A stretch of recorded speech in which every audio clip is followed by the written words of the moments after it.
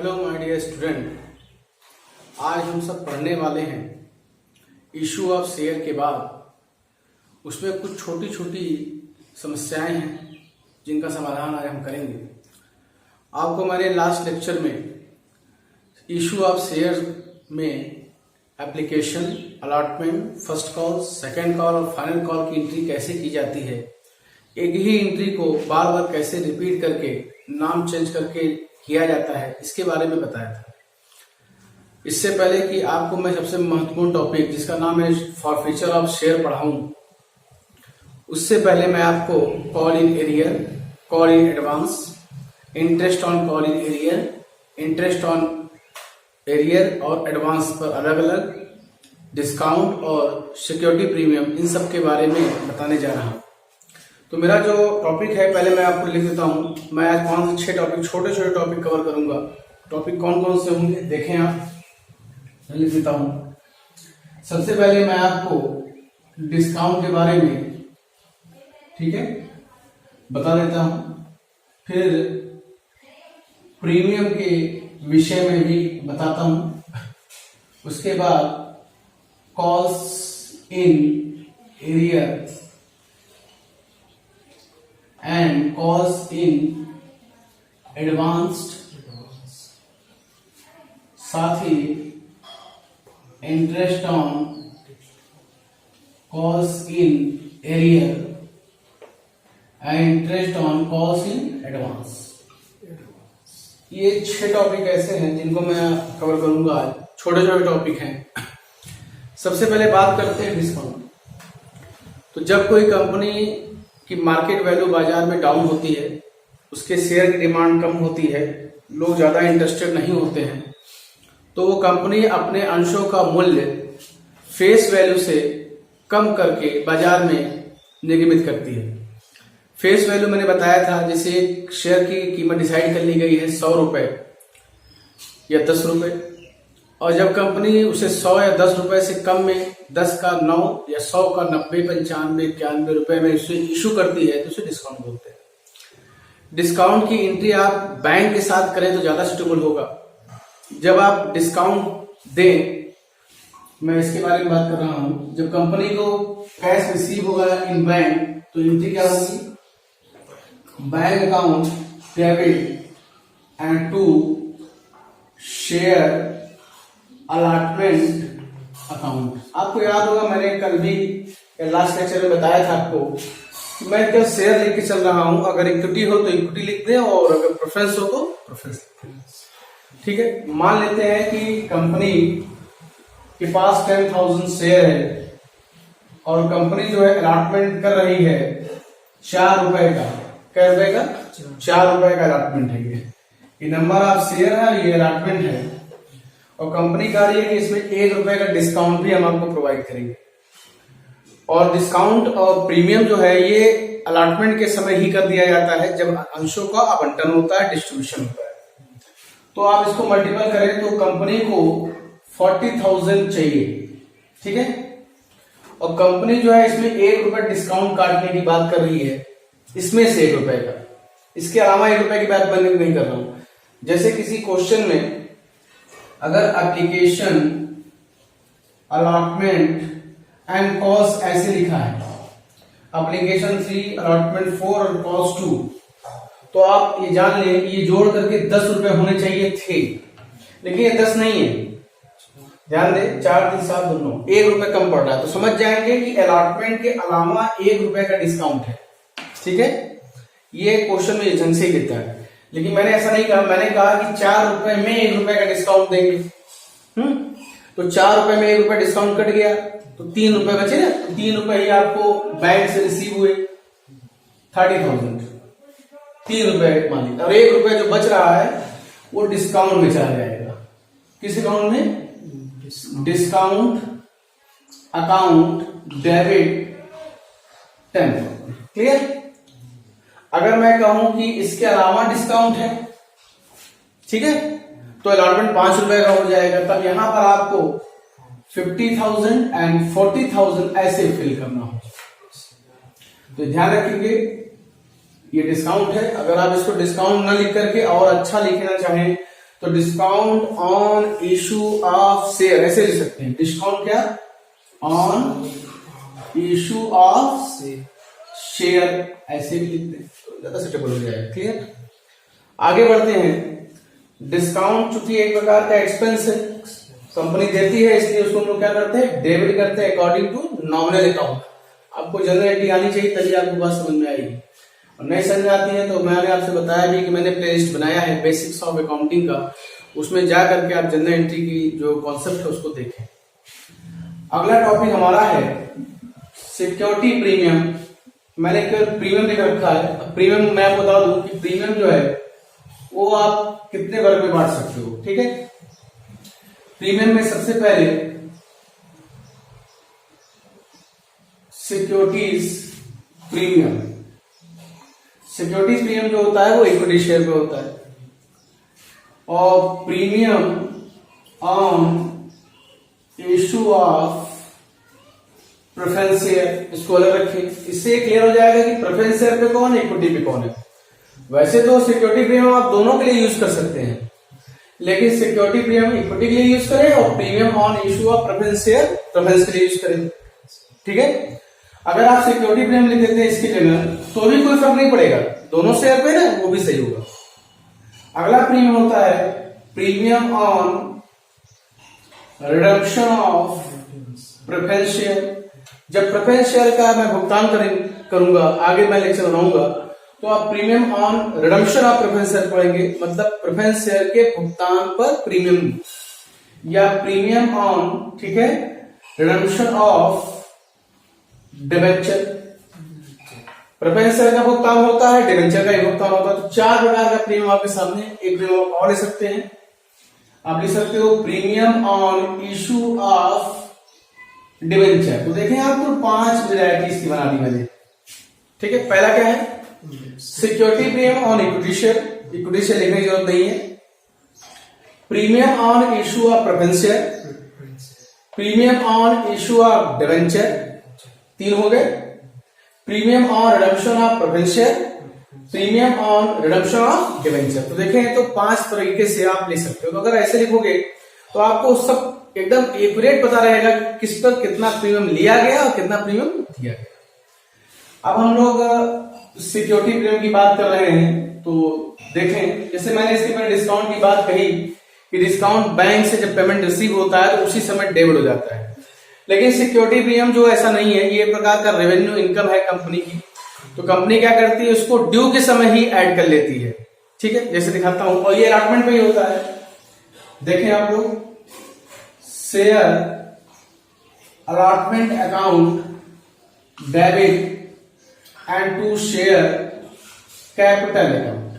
ठीक है, and to यहीं पर जो है सिक्योरिटी प्रीमियम ऐड कर लेगी कंपनी अकाउंट। ठीक है ना, अगर कोई एरियर नहीं है, कोई एडवांस नहीं है, तो इट इज सिंपल है। इसको आप ऐसे ही देखें, ऐसे ही लेते हैं। ये देखिए ₹1 का प्रीमियम है, तो 40,000 ले लीजिए कैपिटल में, 10,000 ले लीजिए सिक्योरिटी प्रीमियम में। 10,000 शेयर है, टोटल जोड़ दिया गया तो आपको रिसीव होना चाहिए फ्यूचर में कितना, 50,000। और जब अगली एंट्री की जाएगी तो कंपनी को पैसा रिसीव हो जाएगा, बैंक अकाउंट डेबिट, ये जो अलॉटमेंट है वो डेबिट की जगह क्या हो जाएगा, क्रेडिट हो जाएगा। ठीक है, अब पूरा पैसा आपको रिसीव होगा, 50,000 डेबिट एंड 50,000 क्रेडिट। डिस्काउंट वाली एंट्री 2 तरीके से की जाती है, अल्टरनेट व्यवस्था है। डिस्काउंट की एंट्री बैंक के साथ भी की जा सकती है और ड्यू के समय भी की जा सकती है। वैसे बैंक के समय ही करें, रिसीविंग के समय करें तो ज्यादा सुटेबल होगा। और प्रीमियम वाली एंट्री जो है देखना, ड्यू के समय कर दी गई और रिसीव कर दिया गया। Clear? Share allotment account debit to share capital account to security premium account, and पूरा पैसा रिसीव हो गया bank account debit to share. तो ये 2 टॉपिक हम लोगों ने कवर कर दिया। ठीक है, अगला टॉपिक जो है वो हम लोग का है कॉलिंग एरियर्स। कभी कभी ऐसा होता है कि जब अंशों का अलॉटमेंट हो जाता है, अगर शेयर होल्डर के फाइनेंशियल जो कंडीशन है वो अच्छी नहीं है तो पैसा नहीं दे पाता। तो जब वो पैसा नहीं दे पाता तो उसका पैसा जो है कंपनी एरियर खाते में डाल देती है। एरियर मींस क्या होता है, बकाया। तो जो एरियर है एज ए प्रकार का देखा जाए लॉस है। लॉस करने का मतलब पैसा अगर नहीं मिला तो लॉस ही हो जाएगा। तो all losses is debit according to nominal account. जो आपके लॉसेज हैं, जो एक्सपेंसेस हैं, वो नॉमिनल अकाउंट के अकॉर्डिंग क्या है, डेबिट है। तो एंट्री क्या होगी, अधिकतर ये कॉस्ट पर ही होता है, ठीक है। तो मान लीजिए, ये ध्यान देंगे, मैं इस टॉपिक उठा रहा हूं। एंट्री हो गई cost in arrears account debit and to, ठीक है, शेयर। अगर मान लीजिए फर्स्ट कॉल है तो फर्स्ट कॉल लिखे, सेकंड है सेकंड लिखे, फाइनल है लिखे। इसी को बना लेता हूं कि 10,000 शेयर पे 1 रुपया नहीं मिला। ये मैं सिंगल एंट्री बता रहा हूं, कंपोजिट एंट्री नहीं बता रहा हूं। कंपोजिट एंट्री होगा तो यहीं पे कुछ पैसा रिसीव भी हुआ होगा, चलो उसको बना देता हूं, कोई बात नहीं। बैंक अकाउंट डेबिट लीजिए, ले लीजिए। 4 रुपए आपका मिला, 1 रुपया नहीं मिला आपको। कितने शेयर थे आपके पास, आपकी फर्स्ट कॉल है, आपके पास कितने शेयर थे, आपके पास शेयर थे 10,000, ठीक है। तो बैंक में कितना रिसीव हुआ, 40,000। 1 रुपया भी एरियर है, 10,000। कुल कितना रिसीव होना चाहिए था, 50,000, ठीक है। ध्यान रखिएगा, अगर आप सिंगल एंट्री पास करना चाह रहे हैं तो केवल आप इसको देखें, केवल एरियर की एंट्री पास करना चाह रहे हैं तो cost in arrears account debit to share first. और जब ये पैसा आपको रिसीव होगा, ठीक है, अगर मान लीजिए कि शेयर होल्डर आपको पैसा समय से दे देता है, आप उसके अंशों का हरण नहीं करते हैं, उसके अंशों को फॉरफिट नहीं करते, जो अगले लेक्चर में मैं कवर करूंगा, तो आपको पैसा मिल जाएगा इस समय से। जब मिलेगा तो कैसे मिलेगा, तो ये देखिए अभी डेबिट था, क्या जाएगा, क्रेडिट टू, ठीक है, कॉस्ट इन क्या रहेगा, एरियर्स अकाउंट, ठीक है। और जब भी पैसा मिलेगा किससे मिलेगा, बैंक से मिलेगा, बैंक अकाउंट डेबिट। कितना पैसा था, 10,000 एंड 10,000। देख रहे हैं आप लोग। तो ये ध्यान रखना है आपको, ये कंपोजिट एंट्री है, जो पैसा मिला वो बैंक में था, जो नहीं मिला वो कॉलिंग एरियर में चला गया, ठीक है। और यही पैसा आपको फ्यूचर में रिसीव हो जाएगा। अभी कॉलिंग एरियर यहाँ डेबिट है, तो फिर क्या हो जाएगा, क्रेडिट। और रिसीव कैसे होगा, बैंक से। तो जो डेबिट है वो क्रेडिट हो गया, इसका मतलब 0 हो गया, पैसा रिसीव हो गया। कॉलिंग जो एरियर है, इस पे कंपनी आपसे ब्याज भी लेगी, आपसे पेनाल्टी लेगी। कैसे पेनाल्टी लेगी, 10% जो है कम से कम पर एनम की दर से पेनाल्टी चार्ज होगी, ब्याज लगेगा। जैसे आपने 3 महीना पेमेंट लेट किया है तो 3 महीने का ब्याज जो है 10% एनम की रेट से लगेगा। एनम मतलब 10%, 1 साल का है तो 3 महीने का आप काउंट कर लें, आपका 2.5% हो गया। 6 महीने बाद पेमेंट आपने किया तो 10% की रेट से 6 महीने का हुआ 5%, ऐसे ब्याज भी लेगी। तो आपको एक एंट्री और पास करनी होगी, कंपनी आपसे लेगी तो कंपनी को पैसा रिसीव होगा। व्हाट्स कमिंग, कैश, बैंक नहीं, बैंक में आता है, ठीक है। कैश अकाउंट डेबिट होना चाहिए, लेकिन सारे ट्रांजेक्शन बैंक से है। और उसको पैसा मिलेगा टू, क्या रहेगा, इंटरेस्ट ऑन कॉस्ट इन, ठीक है, एरियर्स, ठीक है। ये भी पैसा रिसीव हो जाएगा, जितना ब्याज आपका काउंट होगा। तो ये ध्यान दें, इन दोनों को कंपोजिट भी कर सकते हैं आप। कैसे करेंगे, bank account debit to cost in advance, sorry cost in arrears account, clear, and to interest on call in arrears account. मतलब कंपनी को एरियर तो मिला ही, कंपनी को एरियर तो रिसीव हुआ ही, साथ में साथ उसका ब्याज भी रिसीव होगा, क्लियर। क्या % की रेट से, 10% की रेट से 1 साल का। तो मैंने आपको कॉल इन एरियर के साथ उसका ब्याज भी बता दिया, ठीक है। तो देख रहे हैं आप कि ये कंपोजिट एंट्री करेंगे, कैसे करेंगे, हो गया एंट्री।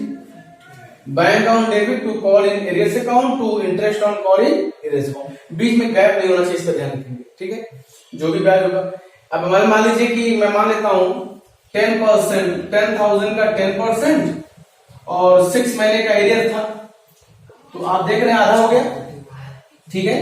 तो ये आधा होने का मतलब 500 रुपए ब्याज हो गया। तो आप जो है 500 रुपए जब ब्याज भी पेमेंट करेंगे तो कुल मिला के बैंक में कितना रिसीव हो जाएगा, 10,500, ठीक है। वैसे तो कंपनियों में बड़ी बड़ी कंपोजिट एंट्री की जाती है, एक साथ एरियर, एक साथ एडवांस, तमाम ऐसी एंट्रियां कंपोजिट की जाती है। लेकिन उसके लिए क्वेश्चन आपको रीड करना होगा। पहले मैं आपको बेसिक्स पढ़ा दे रहा हूं, उम्मीद है कि मैं प्रयास करूंगा कि कोई ऐसा क्वेश्चन जो है आपका वीडियो बना पाऊं। तो आगे का काम है, आगे देखें, आगे देखा जाएगा। अब हमारा टॉपिक क्या है, एक टॉपिक और उठाते हैं। टॉपिक है कॉल इन एडवांस। तो जब कंपनी को एडवांस मिलता है तो ऐसे देखा जाए वो रिसीव हो रहा है, एडवांस मिल रहा है कंपनी को, ठीक है। तो जब एडवांस मिलेगा तो एंट्री क्या होगी, और जब वो एडजस्ट होगा तो एंट्री क्या होगी, और उस पर कंपनी जो है उल्टा ब्याज देगी शेयर होल्डरों को, 12% देगी। क्या परसेंट?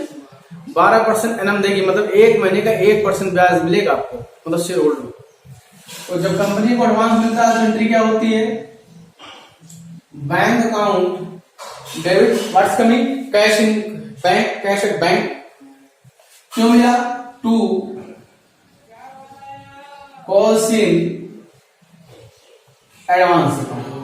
कंपनी को जब एडवांस मिलता है, ठीक है, तो कंपनी एडवांस रिसीव कर लेती है, ठीक है। अभी एडवांस मिला होगा फर्स्ट कॉल का, फाइनल कॉल का या सेकंड कॉल का।